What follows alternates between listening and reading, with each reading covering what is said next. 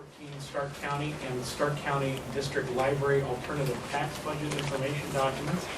Now therefore be it resolved, the board hereby authorizes the president of the board to sign the Stark County and District Library 2014 Alternative Tax Budget Information Documents, and that they are incorporated herein by reference.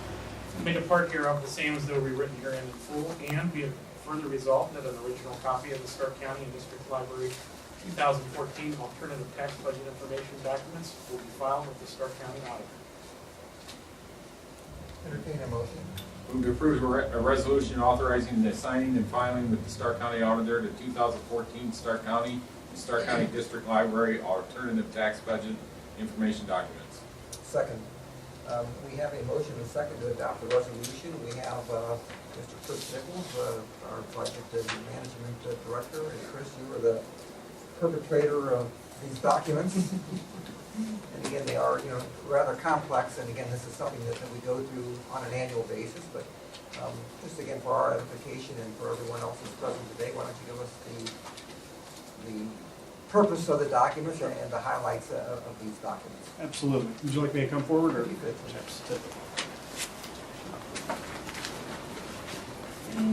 As I'm sure the board members are aware, and some of the folks in the room, sometimes there's confusion as to how the budget process works, what the tax budget is as compared to the formal budget that the county puts together.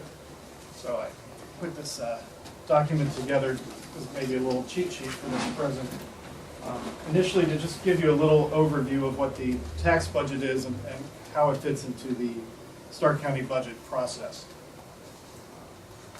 And actually, before I get started, Mr. Flory is handing around copies of those handouts.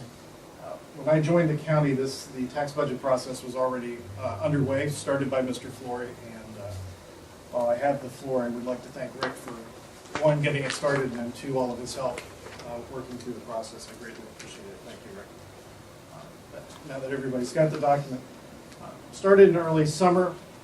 The purpose of the tax budget, as it fits into the whole process, is for the departments of the county to present to the Board of Commissioners what their expected expenditures are and the resources they require for the following year.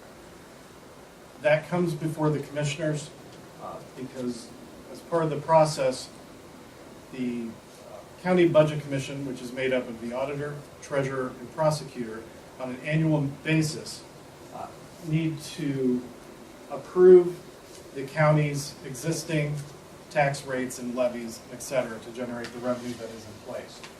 And on an annual basis, the county commissioners must present to the Budget Commission, here's what our expected expenditures are for next year, justifying that those full tax rates be applied and collected in the following year to help supply the revenues required for that budget.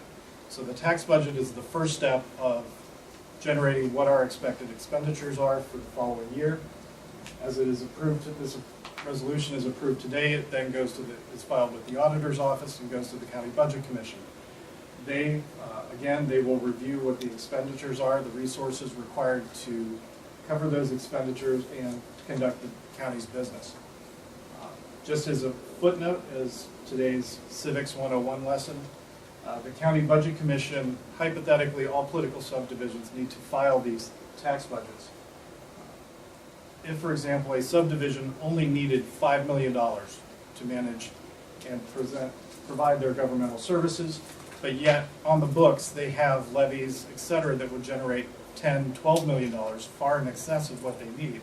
The Budget Commission does have within its rights, purview, and authority to reduce those tax rates, to reduce the taxes that are placed on residents, to put them in line with what the expenditures are. So that's the purpose of the County Budget Commission, is kind of that watchdog of what the tax rates are and the revenues that are required. So again, the tax budget that we are submitting is just our first pass, the first look at 2014. Obviously, we're only 2/3 of the way through 2013, so we're still looking, a far cry from what the final expenditures of 13 are. So they're estimates based on the appropriations that were approved earlier this year and what the forecasted revenues are. And then, as you see in the timeline, early in the fall, we'll start the formal budgeting process, which is a very similar process, similar documents going out to the departments, where they will really start to formalize next year's expenditures, capital items and the like. And as we get into December, we'll have a better idea of where the county and the different funds stand on appropriations for the year and what it looks like any year-end balance or carryover would be. And then that leads us then into the formal budgeting process. So that was my civics lesson for today of how the tax budget fits into that whole process. But this is just kind of that opening salvo of the process. The packets that you have, you should have a copy of the resolution. You will also have a copy of the tax budget submitted by the Stark County District Library. That's already been submitted to the auditor's office, but as their taxing authority, that's why the resolution comes to the commissioners and it's included in this packet. You will see the forms. These are designated by the state of Ohio that show a little historical for 2011 and 12 actuals of revenue and expenditures by the funds within the general fund and supported by the commissioners and other special revenue funds, and each of those documented out. Like the breakdown. Just as a additional, there's a lot of numbers and a lot of pages, so just for the benefit of the board and those folks in the room, I tried to summarize on the chart on the second page a little historical look at the general fund revenues back to 2010. 2010, 11, and 12 are all actuals. 2013, again, is based on the appropriations that have been approved for this year's and the estimate of resources by the county auditor. And that with the initial tax budget request from the departments goes to. Just a couple footnotes on that sheet. Looking at the chart on the bottom, you can see where the general fund revenues over time have decreased. Most of that is because of the sales tax that peeled out that originally the past sales tax went into the general fund. You also have the reductions in local government funds showing up in there. Likewise, you'll see on the second line down the criminal justice sales tax revenue that started to be collected in 2012 and 13 and what is forward. So you can see as that is being tracked separately because it's designated for criminal justice related activities. Then showing what the combined revenues of those two line items generate. This year you'll see at 54 million is what the anticipated revenue of general fund and the sales tax, which is still 5 million below what the expected revenue was back in 2010. Again, until we have better year-end numbers for the 2014 look ahead, we're just anticipating those revenues to stay flat with what was appropriated and certified in 2013. Fourth line down, you see the total appropriations by year. Again, dropping 2010, 11, and 12. With the criminal justice tax coming back into place, you'll see those revenues coming, those appropriations coming back up as that money is allocated to the criminal justice system. And then the last line is just the year-end cash balance carried by the general fund and criminal justice sales tax and what's forecasted. Again, in the appropriations for 2014, this is the first pass from the departments. Some departments will treat that as a wish list, so that's why you'll see the expenditures rising next year. And then they start putting everything in there, and then through the budget process is where the Board of Commissioners, Grant and I, will look through and start to look at as they need to come before the board through the budget hearings to justify those expenditures for next year.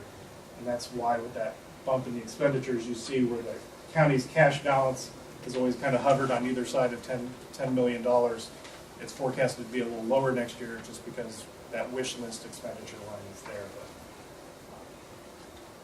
But as just a footnote to that, as any of you that have been at the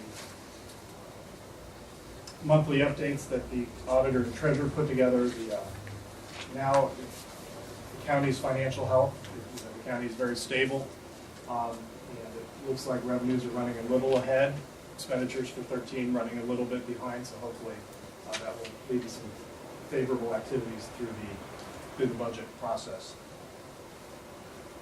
Through the,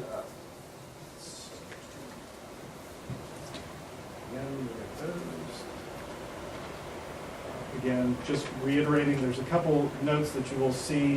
If you look at the details of the tax budget, going into 14, you will see that there's a little bump in the capital expenditures, as we have a couple large items that are potentially on the books. Roof at the jail needs to be replaced, roof at the bow, potential repairs down in the garage here. That is also reflected as you look at the departments. You'll see a significant bump in Department 42, which is our facilities department, as we try to move capital items that are facility building related from the different department budgets into that facilities budget to truly make that a county facilities department and really direct, put those monies where it tracks a little better. So that's primarily what I have. Thank you. Questions? No, I just think, the previous boards that have righted the ship here, especially you and Janet, the county is in good shape financially, and we've got to keep the spending in line and invest in the infrastructure, as I like to say, in the county as we move forward in capital projects, which is sorely needed. But we're making progress, and what I think the taxpayers